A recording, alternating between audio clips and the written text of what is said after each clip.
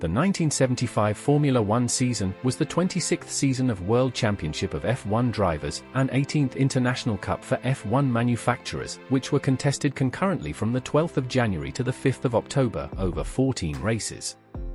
The season also included 3 non-championship Formula One races and a 9-race South African Formula One Championship. Niki Lauda won his first title and Scuderia Ferrari won its third. After a strong finish to the 1974 season, many observers felt the Brabham team were favourites going into the new year. An emotional first win for Carlos Pace in his native São Paulo looked to confirm this, but tyre wear frequently hampered the cars and the initial promise was not maintained. While in his second year with Ferrari, Niki Lauda was given the keys to the Ferrari 312T, a car that was technically far superior to any of the competition. He won his first driver's title with 5 wins and a huge margin over second place in the championship. Lauda often referred to 1975 as the unbelievable year. Unfortunately, the American driver Mark Donohue died in August, 2 days after crashing in practice for the Austrian Grand Prix. And after the season, in late November, an Embassy Hill airplane crashed in England and all 6 aboard were killed, including team owner Graham Hill and driver Tony Bryce. During this season, Williams' team had lost their sponsorship from ISO and Marlboro and entered 2 cars under their own name for the first time. Wilson Fittipaldi, having driven for Brabham in 1972 and 1973, entered this season with his own team and chassis. He drove the car himself and managed to launch 2 new developments of the car during the year. The 1967 world champion Denny Hulme retired at the end of the 1974 season, while Johan Mass, who already drove the last 2 races for McLaren, was signed for a full season with the team.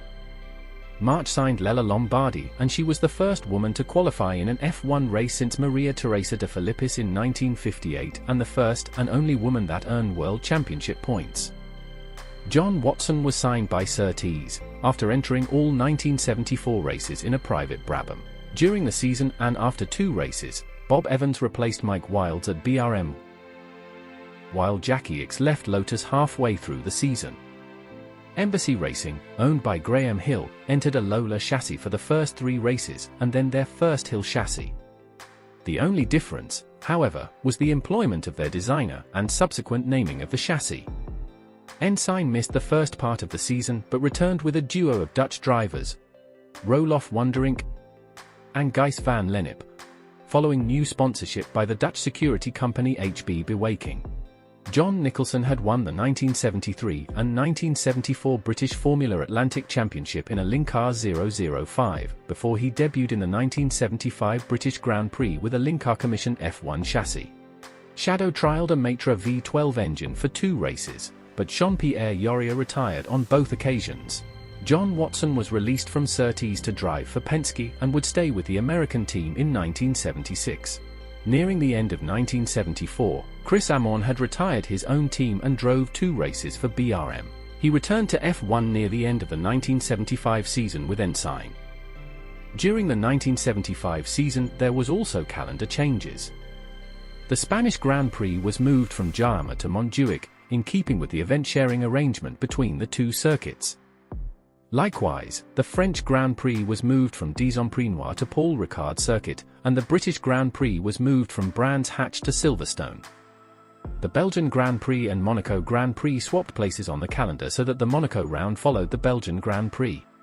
The Canadian Grand Prix was originally scheduled to be the penultimate race in 1975 but was cancelled due to a small row between Formula One Constructors Association and Moseport Park about payments.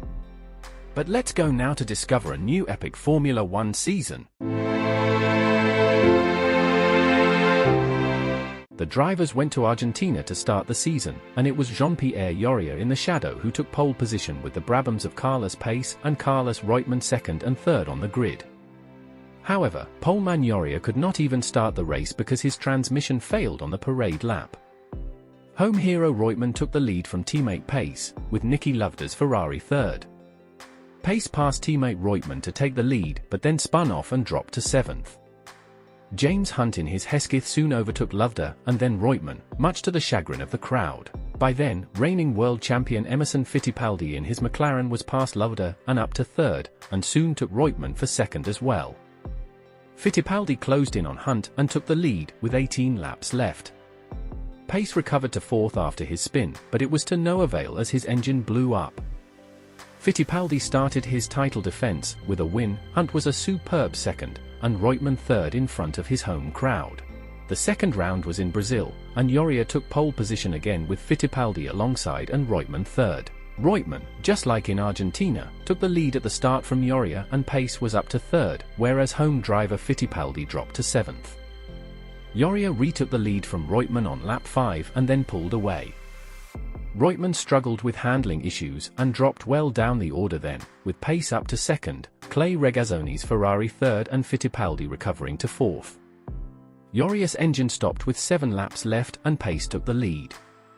Regazzoni was up to second but dropped behind Fittipaldi and Johan Mass in the second McLaren as he too suffered handling issues. Pace took a home victory, with countryman Fittipaldi second and Mass third.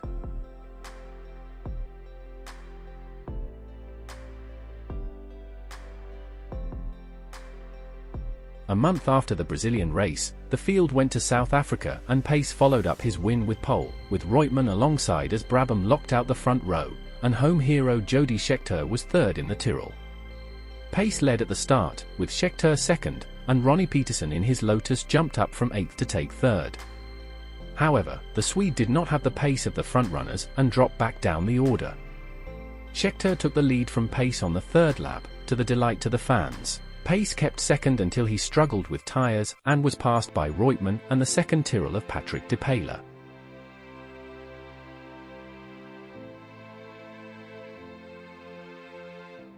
Scheckter took an emotional home victory, with Reutemann and de Paila completing the podium.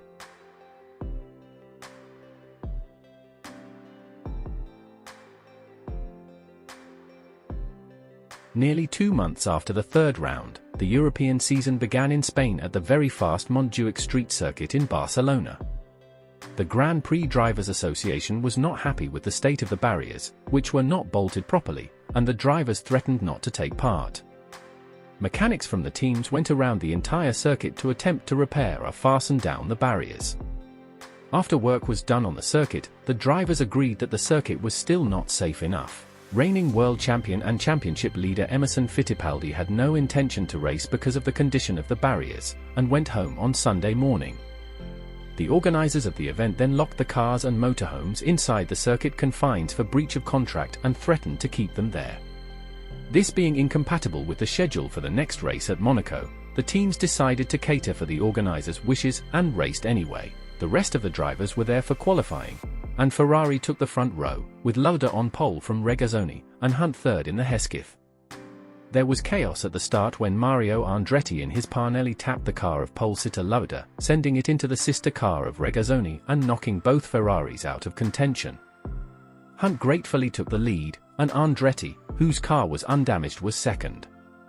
Hunt led until he crashed after spinning on oil on the track, leaving Andretti leading from John Watson in the Surtees and Rolf Stomlin's hill. Watson then had to pit with a vibration and the leader Andretti retired after a suspension failure sent him into the guardrail.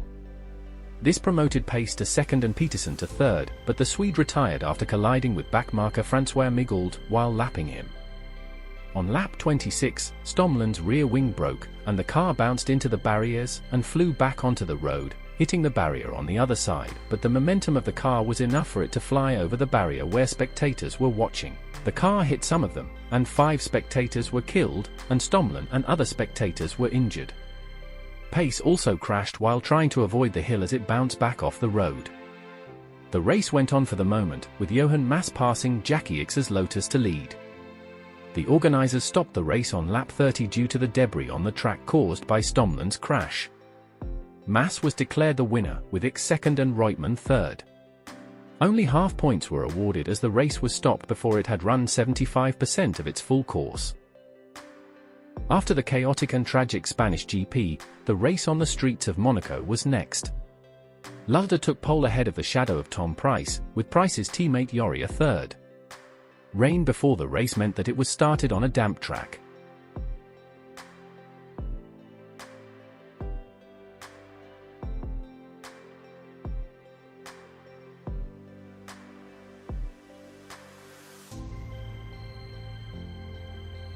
Lauda took off into the lead and Joria climbed up to second but crashed on the first lap. Peterson was up to second, and Price was third. Price spun off after 20 laps, giving third to Scheckter.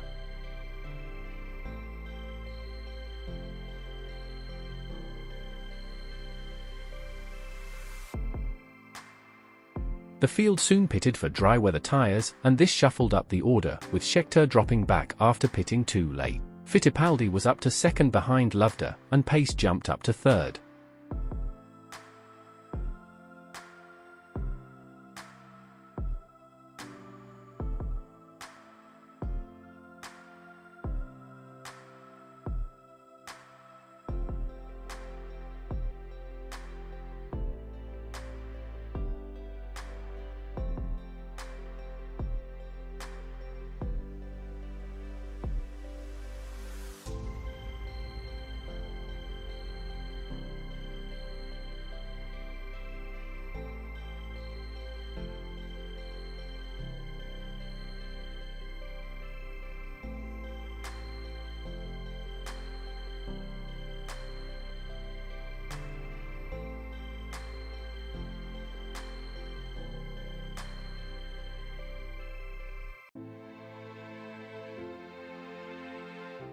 That is how it stayed, with Lauda winning, Fittipaldi second and Pace third.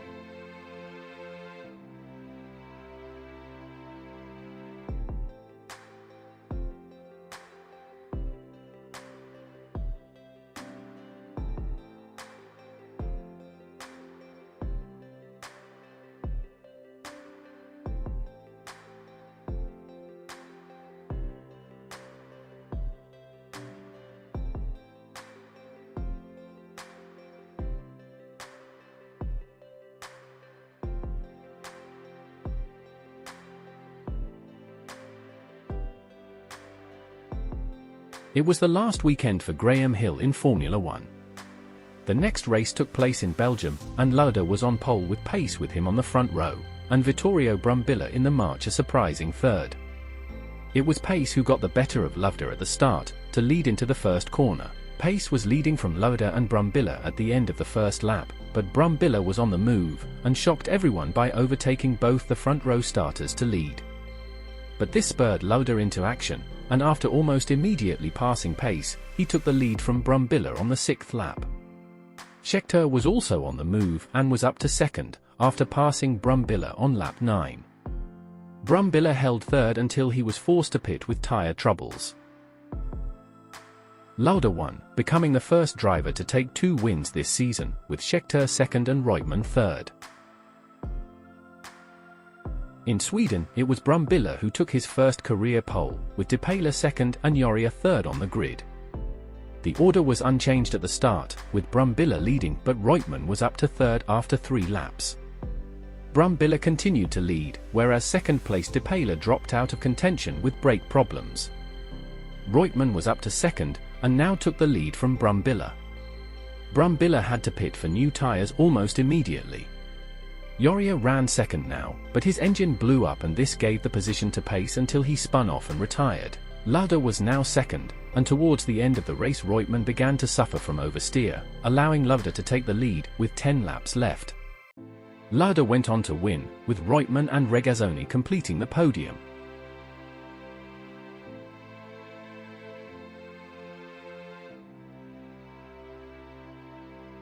The first race in the second half of the season took place in the Netherlands, and pole went to Lauda as usual, with teammate Regazzoni alongside, and Hans Hesketh third.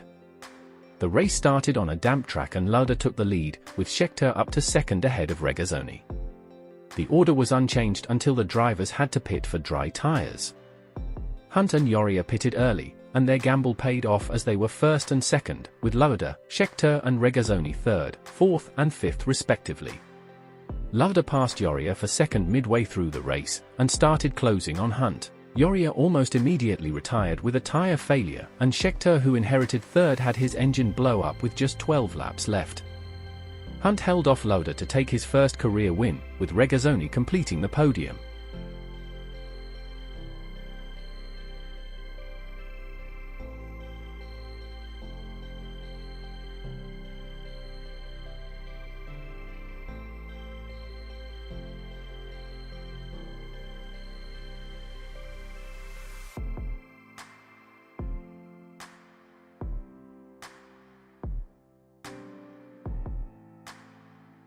France was host to the 9th round of the season, and it was Lauda on pole ahead of Scheckter and Hunt. The top three maintained their starting positions into the first corner. In the early laps, Regazzoni was on a charge, and got up to second on the 6th lap, but his engine blew up and he had to retire. Scheckter soon faded away, giving Hunt second. That was how it ended, with Lauda winning to take a large championship lead, Hunt finishing second and Mass third.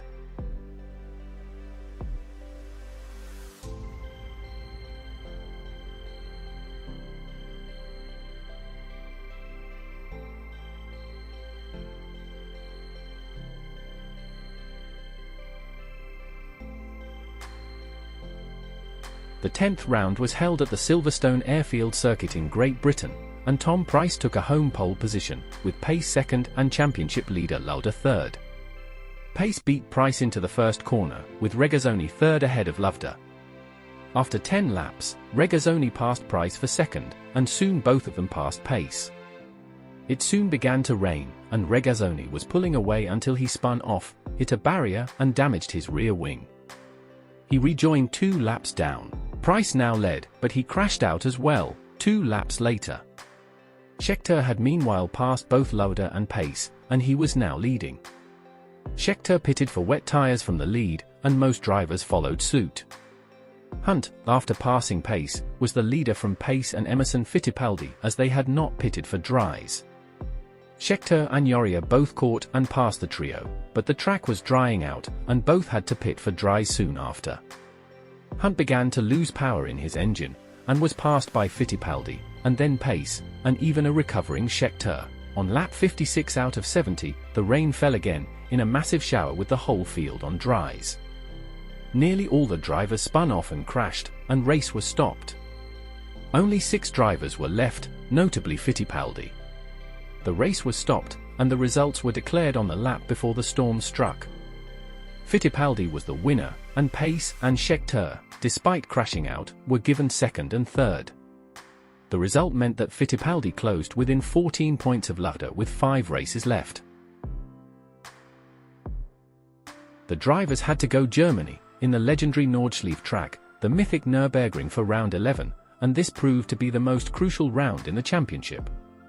Lauda was on pole, lapping the 22.8 km circuit in under 7 minutes, becoming the first driver to accomplish this feat. Pace was on the front row, and the 2 Tyrrell drivers Scheckter and De Peyler third and fourth respectively. At the start, Lauda led from Pace, with De Peyler getting third from his teammate Scheckter, who made a dreadful start and dropped to 20th. De Peyler was past Pace early on, but by midway through the race, both drivers were out of contention, Pace retiring with a puncture, and De Peyler having to pit after a suspension failure. Lauda continued to lead with Regazzoni up to second, until the latter's engine failed. Lauda then suffered a puncture and a damaged spoiler and had to pit, leaving Reutemann to lead from Hunt and Pryce. Hunt was next to retire, with a wheel hub failure on the straight behind the pits, and Pryce took second, but only briefly as he had to back off towards the end with fuel feed troubles. At the front, Reutemann took his first win of the season, with Jack Laffitt's Williams second, and Lauda recovering to third. The Austrian GP on the 17th of August had a very large attendance, as Lauda had a chance of getting close to the championship at his home race. Lauda did not disappoint them, as he took pole position, with Hunt second and Fittipaldi third. His chief rival, Reutemann, was only 11th. In this race, unfortunately on a morning practice lap, Mark Donohue's March slid off the track after a tyre failure and hit 2 marshals. Donohue died 2 days later, and one of the marshals also died.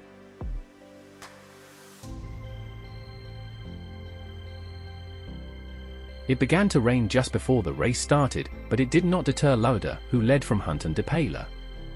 De Peyler soon dropped back, and it was Vittorio Brambilla who was up to third. Lauda also began to struggle as the rain became heavier, and Hunt took the lead and Brambilla second on lap 15. Brambilla went to take the lead from Hunt for laps later when they were lapping a back marker, whereas Pryce passed Lauda for third. Conditions became so bad that the organizers showed the checkered flag early. With Brambilla the winner, he spun off on the slowing down lap and crashed, and drove around to the pits waving to the fans with a badly damaged car. Hunt second and Pryce completing the podium. Only half points were given, as the race was stopped early, just like in Spain. The penultimate round was in Italy, and after the cancellation of the Canadian GP, Lauda needed only half a point to be the 1975 world champion. The Ferrari fans were very happy as their team locked out the front row, with Lauda on pole from Regazzoni, and Fittipaldi third. Regazzoni took the lead at the start, with Lauda and Mas following.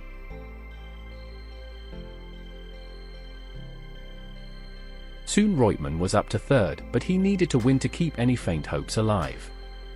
However, he was passed by Fittipaldi, and towards the end, Lauda backed off and let Fittipaldi through.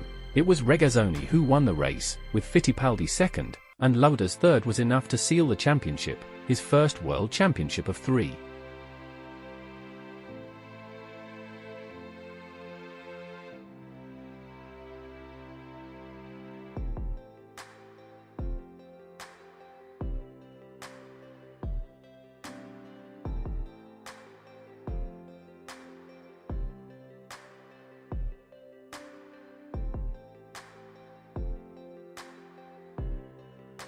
The final round took place in the US, and it was no surprise that at the spectacular Watkins Glen track in upstate New York, new world champion Lauda took pole again, with Fittipaldi alongside and Reutemann third.